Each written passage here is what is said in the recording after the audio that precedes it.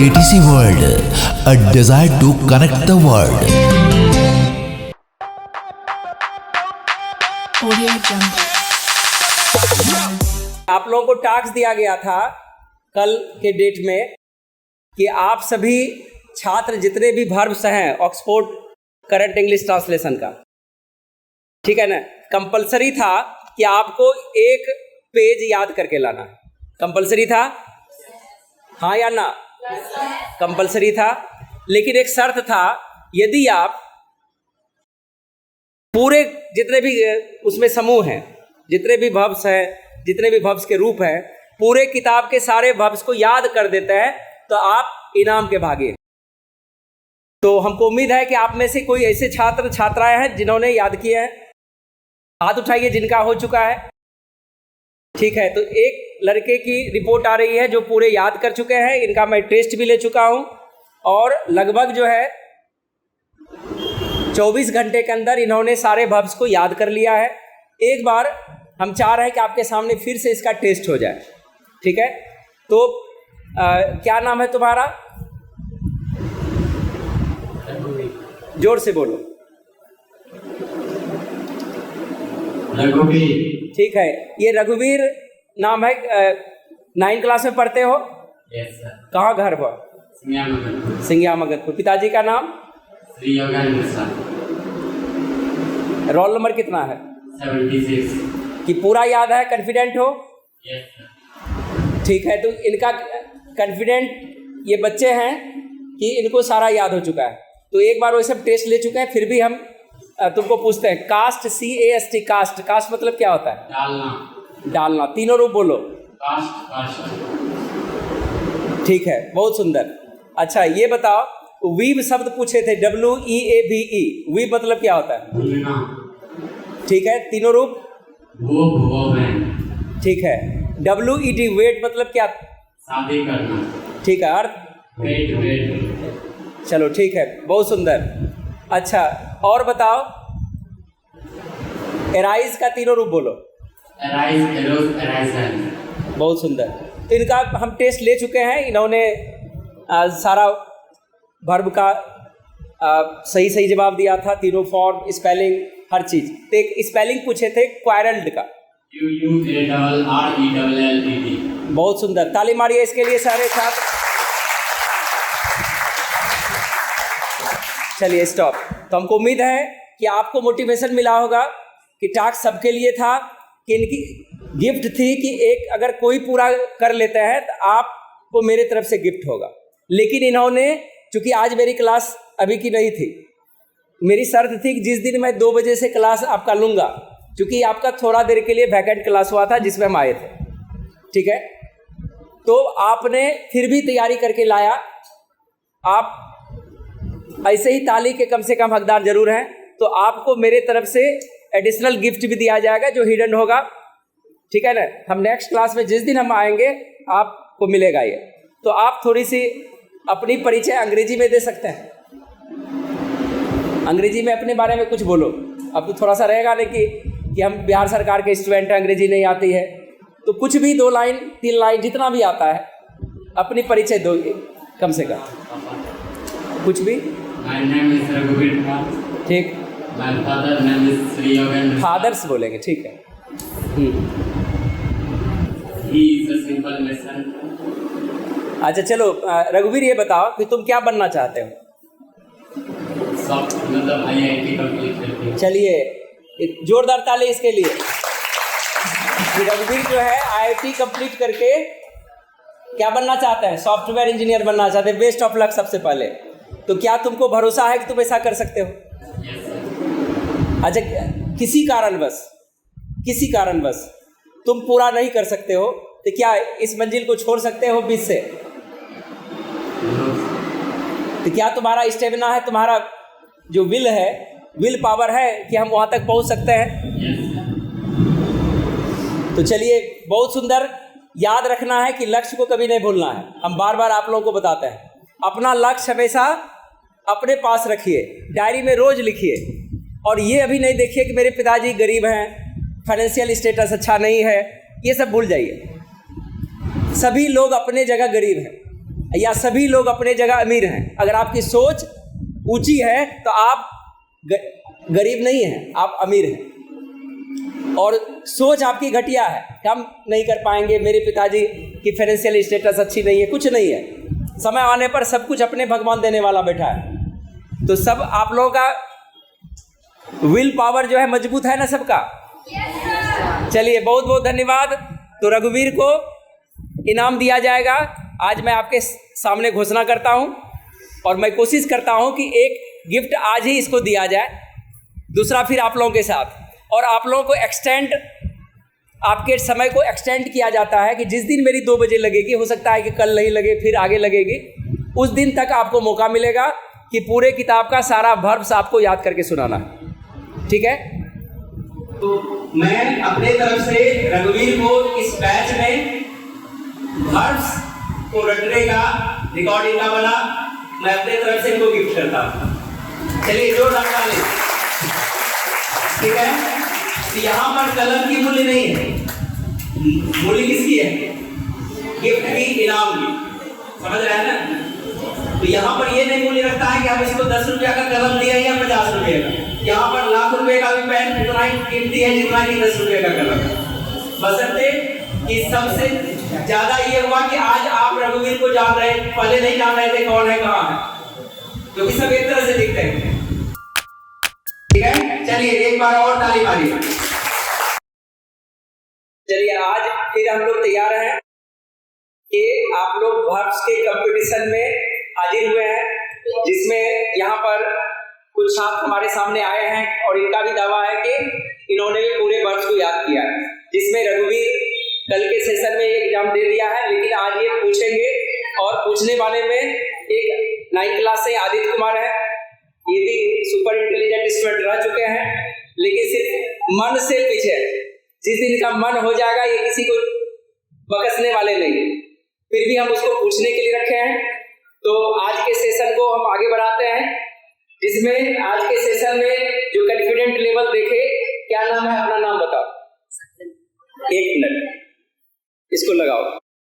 तो आपके सामने सत्यम कुमार क्लास 9 से अपने हौसले को आपके समक्ष रखने जा रहे हैं। ये सबसे पहले अपना नाम बताओ। My name is Satyam Kumar. I read in class 9. Okay. और what's your father's name? My father is Mr. Kumar. Okay. तो तुमको सारा याद है, जवाब दे सकता है। तो पूछने के लिए 2 छात्र हम ला रहे हैं, एक आदित्य सवाल करेगा और रघुवीर सवाल करेगा। तो रघुवीर और आदित्य तुम चले जाओ, तुम भी उस पार। ठीक है? तुम आगे आ जाओ। ठीक है?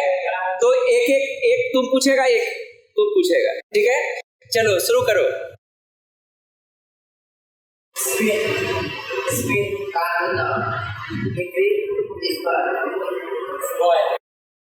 जोर से बोलेगा जो भी बोलेगा। मीनिंग, हिंदी में मीनिंग बताना है। चलो एक काम करते हैं, हम ट्रायल करते हैं ताकि आवाज दोनों चीज क्लियर। इसके पास माइक लगा हुआ है, बैठ जाओ तुम लोग, बैठ जाओ। चलो सत्यम बोलो, कास्ट का हिंदी क्या होता है? CAST कास्ट, डालना। ठीक है? अच्छा ये बताओ, ईयर मतलब क्या होता है? ये जन्म देना और सपना। बहुत सुंदर। तो दोनों में अंतर क्या आता है? दोनों में V2 और V3 में क्या अंतर आता है? V2 तो सेट आता है, V3 में जन्म देना का वर्ण हो जाता है और सहना का वर्ण। वाह, तो इसके लिए ताली मारिए, इसके लिए सत्यम को, क्योंकि इसमें बारीकी था। ठीक है ना?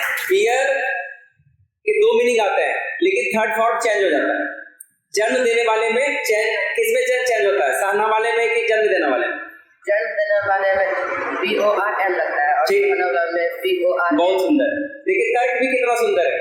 चलो वीव मतलब क्या होता है? ठीक है। रिमेम्बर मतलब क्या होता है? याद करना। लर्न मतलब क्या होता है? सीखना। टीच मतलब क्या होता है? पढ़ाना। ठीक है, बहुत सुंदर। इसका भी सारा चीज हो रहा है। आप लोग कोई शब्द बोलना चाहते हैं, हम यहाँ बोल देंगे। अगर किसी को डाउट है कि नहीं बोल सकता है, शब्द आपका होगा, हम यहाँ से ट्रांसफर करेंगे। बोलो कोई शब्द, किताब देखो, निकालो और इसको पूछो। स्पॉइल, बताओ स्पॉइल मतलब क्या है? इसका मतलब स्पॉइल होता है। मीनिंग क्या होता है? स्पॉइल का स्पेलिंग बोलिए। स्पॉइल का स्पेलिंग SPOIL। स्पॉइल मतलब क्या होता है? फिर से बोलो। बर्बाद। ठीक, चलो लेट लगाया लेकिन सही बोला। और पूछो कोई भी।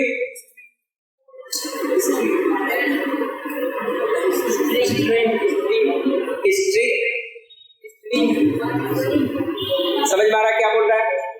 क्या क्या होता है? स्ट्रिंग, ठीक है। और V2 और V3 ठीक। तो लगभग ये आपके नजर से पास कर रहा है कि आपको और संदेह है कि तुम लोग भी पूछना चाहती है? कोई भी क्रिया तुम लोग पूछ सकती है, बोलो। पास हो गया तो संदेह नहीं है, इसका मतलब सत्यम भी आज के विजेता है। ठीक है, तो सत्यम के लिए जोरदार ताली एक बार फिर से दिया जाए। ठीक है, तो सत्यम को भी आज का वर्ड्स ऑफ स्टूडेंट हम रखते हैं आज के लिए। ठीक है ना, इसको भी हम अपना गिफ्ट आज दे रहे हैं। ठीक है, तो किसी को आपत्ति? आपके लिए भी गिफ्ट इंतजार हो रहा है। चलिए, तो सत्यम के लिए ताली मारेंगे।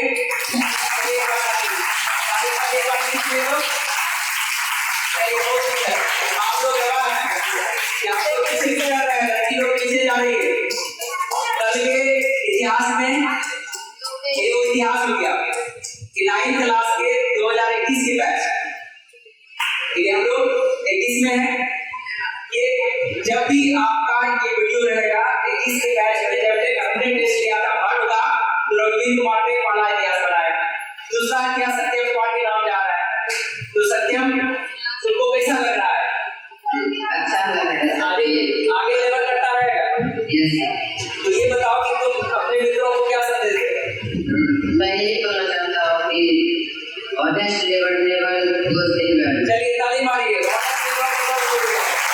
ईमानदारी से क्या हुआ कार्य करने जाता है, तो क्या ईमानदारी से कार्य करने के लिए हम लोग तैयार है? एकदम सचमुच में तैयार है? ठीक है, आपको लगता है कि हम हमारी जीत होगी? चलिए छोटी सी सत्यम जी, तुम सत्यम को मैं अपनी तरफ से आज का पुरस्कार दे रहा हूँ। सत्यम लोग, ठीक है, आगे बढ़ते रहो और ठीक है। अच्छा बताओ, बच्चों के जीवन का सबसे बड़ा पुरस्कार क्या है? जीवन का सबसे बड़ा पुरस्कार है कि तुम जो विद्या ग्रहण करने आए हो, तुम जो पाना चाहते हो, उसमें तुम्हारी जीत हर कदम पर हो। ऐसा नहीं कि हम आज एक क्लास में फर्स्ट आ गए, एक कोई छोटी सी जीत हासिल कर लिए। तो जीत छोटी छोटी होती जरूर है, लेकिन हमको एक बड़ी सी मंजिल रखनी है, बड़ी सी मंजिल रखनी है। और बड़ी सी मंजिल के लिए हमें क्या चाहिए? बड़ी सी जिद भी चाहिए। जिद है तभी हम प्राप्त कर सकते हैं। लेकिन जिद करना है तो मिठाई खाने के लिए नहीं, जिद करना है मेले देखने के लिए नहीं, मूवीज देखने के लिए नहीं। हमें जिद करना है एक अंतिम प्राप्ति के लिए, कि ऐसा प्राप्ति जिसके बाद हमें कुछ प्राप्त करने की जरूरत नहीं। तो हम सबको यह बता देना चाहेंगे कि आपकी अंतिम प्राप्ति क्या है। आप जिस कार्य के लिए विद्या ग्रहण कर रहे हैं, तो हमने बार बार आपको बताया कि आपका लक्ष्य होना चाहिए। लक्ष्य प्राप्त करने के लिए आपको गौरैया जैसी जिद चाहिए। अब गौरैया की कहानी आपने सुनी होगी, कहीं ना कहीं आपने सुनी होगी, या इनके बारे में कहीं पढ़ी होगी, किसी ने सुनाया होगा। चूंकि ये कहानी बहुत पहले से लोग जानते हैं। एक गौरैया, मेल और फीमेल, मैंने दो गौरैया हो गया, एक मेल और फीमेल।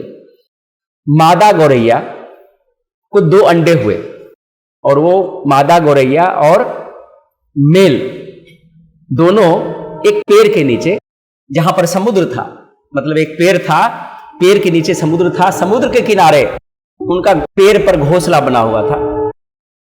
उन्होंने 2 अंडे दिए। गौरैया बहुत खुश हुई। मेल और फीमेल दोनों बहुत प्रसन्न हुए। इन्हें दोनों पति पत्नी थे और दोनों जो है सुबह के वक्त में अंडे को देखा और गौरैया मेल और फीमेल दोनों जो है उड़ चले दाना चुगने के लिए। तो ध्यान रखना इसमें हम क्या बता रहे हैं, हमें कुछ प्राप्त करने की जिद होनी चाहिए। तो कैसी जिद होनी चाहिए जो आपकी इस कहानी में आपको समझ में आएगा।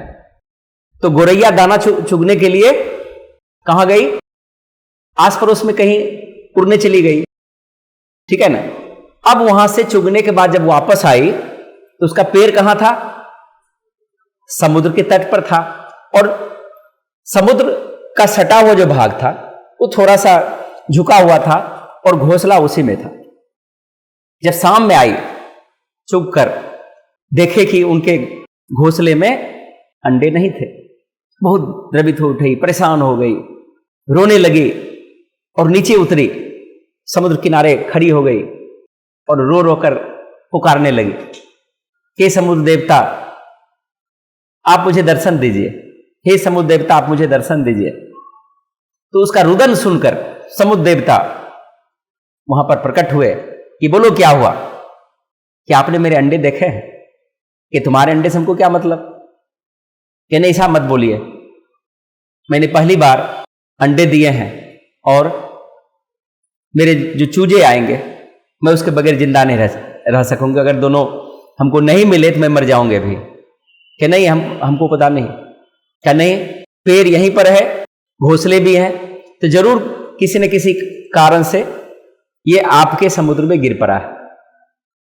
जैसे समुद्र देवता को अपने ऊपर बहुत अहंकार होता है, घमंड होता है कि हाँ है इसी में गिरा हुआ, तो क्या मतलब है कि हमको अंडे दे दीजिए, कि नहीं अंडे नहीं दे सकता, कि देख लीजिए समुद्र देवता जी तो मैं बहुत कष्ट में हूं, हमको किसी सूरत पर अपने बच्चे चाहिए, कि मैं नहीं दे सकती, मुझे किसी सूरत पर अंडे चाहिए तो चाहिए। समुद्र देवता भी रिजिड रहे कि नहीं किसी हालत पर मैं आपको अंडे नहीं दूंगा तो नहीं दूंगा। उनका घमंड और तीव्र होता चला गया। गौरैया बहुत रोई कि देख लीजिए समुद्र देवता इतना अहंकार आपको छाने लगता है। तो उन्होंने क्या किया कि सुन लीजिए फिर से, अगर आपने अंडे नहीं दिए, आप जो घमंड कर रहे हैं, आप जो अहंकार कर रहे हैं, यह ठीक नहीं है। आपको किसी भी सूरत पर मेरे अंडे वापस करने होंगे, यही बात है, मैं तुम्हें नहीं देता, जो करना है कर लो। तो गौरैया बोलती है कि मैं आपके पानी को सुखा दूंगी, अगर आपने मेरे अंडे वापस नहीं किए तो मैं आपके सारे पानी को सुखा दूंगी। समुद्र देवता हंसने लगे, बड़ा मूर्ख वाली बात कर रही हो, इतनी औकात, समुद्र से पंगा लेने की बात कर रही हो, और ये सोचना भी कितना छोटापन होगा तुम्हारे लिए, तुम्हारी इतनी हिम्मत नहीं हुई कि हमको दीजिए नहीं तो मैं आपके पानी को सुखा दूंगी। तो गौरैया क्या करने लगी, समुद्र देवता चले गए, अंतर ध्यान हो गए, गायब हो गए, और गौरैया अपने जिद पर अड़ी रही कि हमको किसी भी सूरत पर अंडे लेने हैं तो लेने हैं, मुझे अपने बच्चे चाहिए तो चाहिए। वे जो वहां पर उसी जगह अड़ी रही कि मुझे चाहिए। मेल भी उनके पास आए कि छोड़ दो, कह नहीं मैं हार नहीं मान सकता, मैं अपने बच्चे लेकर के यहां से जाऊंगी और मैं कसम खाती हूं इनके पानी को सुखा करके रहूंगी। तो उन्होंने छोटे चोंच से पानी को उठाती और किनारे लगाना शुरू कर दिया।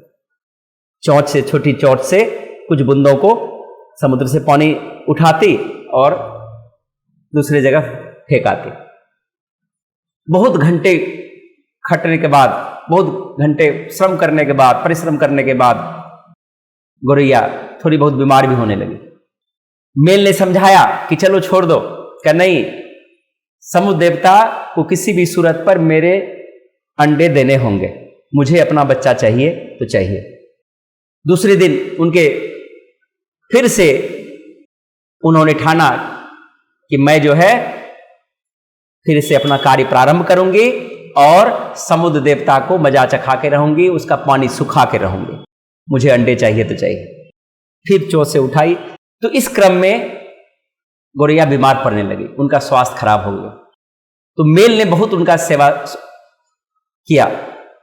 फिर कुछ दिनों के बाद गौरैया अपने स्वास्थ्य को रिकवर कर पाई, फिर से लग गई। फिर कुछ दिन पानी फेंकने के बाद 4 घंटे 5 घंटे श्रम करने के बाद वो बीमार हो उठती, फिर वहीं पर वो पड़ी रहती, लेकिन वो किसी का बात नहीं रखती, किसी का बात नहीं रखती।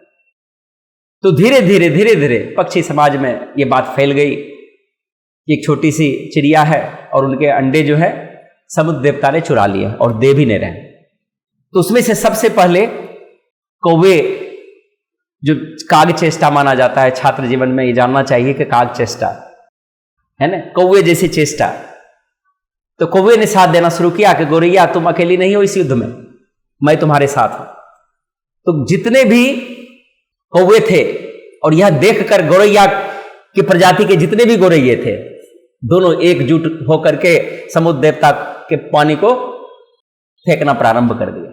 और समुद्र देवता को ठिठौली दिख रही है, उनको अहंकार और हो गया कि तुम कुछ भी कर लो, ये संभव नहीं है मेरा पानी सुखाना, मेरे पास छोटा मोटा पानी नहीं है, तुम लोग मिलकर के एक छोटे से गड्ढे का भी पानी नहीं सुखा सकते हो, मैं तो समुद्र हूं।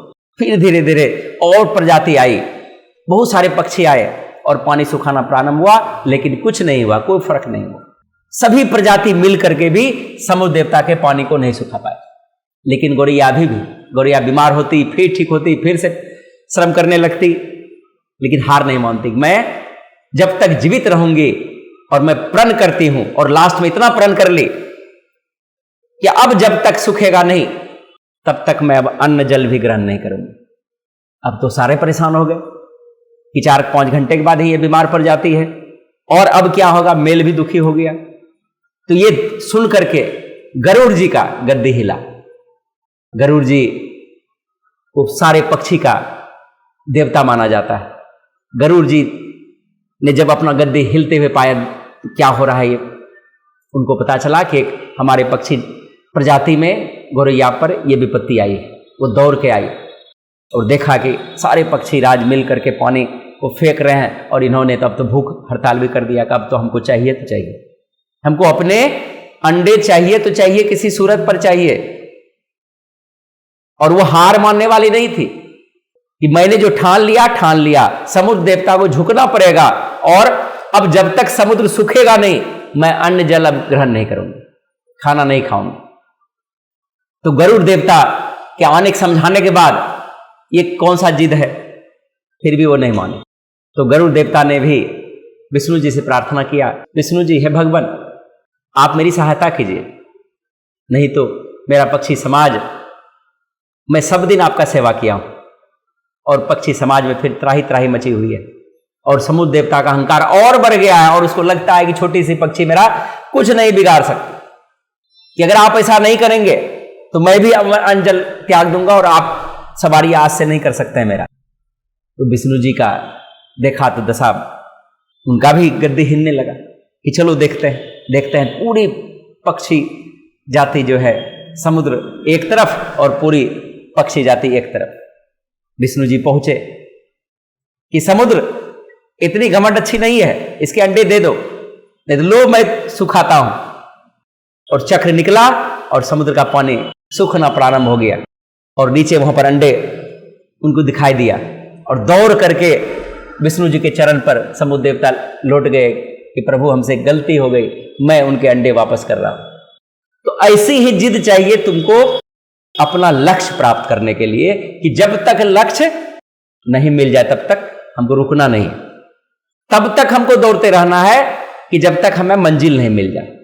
भले ही हमको कष्ट हो जाए, भले ही हम बीमार पड़ जाएं, भले ही दुनिया हमारी विपरीत हो जाए, लेकिन हमको अपना लक्ष्य लेना है तो लेना है। किसी हालत पर हमको लक्ष्य चाहिए। गौरैया जैसा शक्ति तुम्हारे अंदर में प्राप्त करना पड़ेगा। गौरैया ने ठानी और समुद्र देवता को झुका के रही, और तब तक नहीं हार मानी जब तक समुद्र देवता खुद उनके अंडे लेकर नहीं पहुंचे।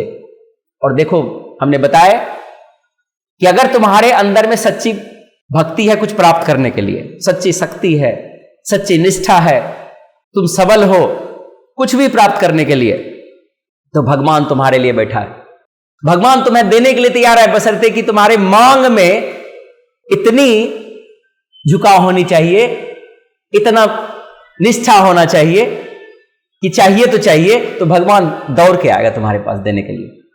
और यह कभी नहीं सोचना है कि हमारी वित्तीय स्थिति क्या है, हम गरीब हैं, हम तो गरीब माँ बाप के बच्चे हैं, हमारे माँ बाप के पास इतने पैसे नहीं है, हम IAS बनना चाहते हैं, वो कहां से पैसे लाएंगे। यह सोचना तुम्हारा काम नहीं है। तुम्हारा काम है सोचना और उसके लिए आगे बढ़ना। तुमको वर्तमान में देखना है कि IAS बनने के लिए हमको ऐसा नहीं कि हम पूरा तैयारी करेंगे, पढ़ने के लिए जाएंगे, कहीं बाहर यहां से निकलेंगे तभी IAS बन सकते हैं। आप घर में भी बन सकते हैं।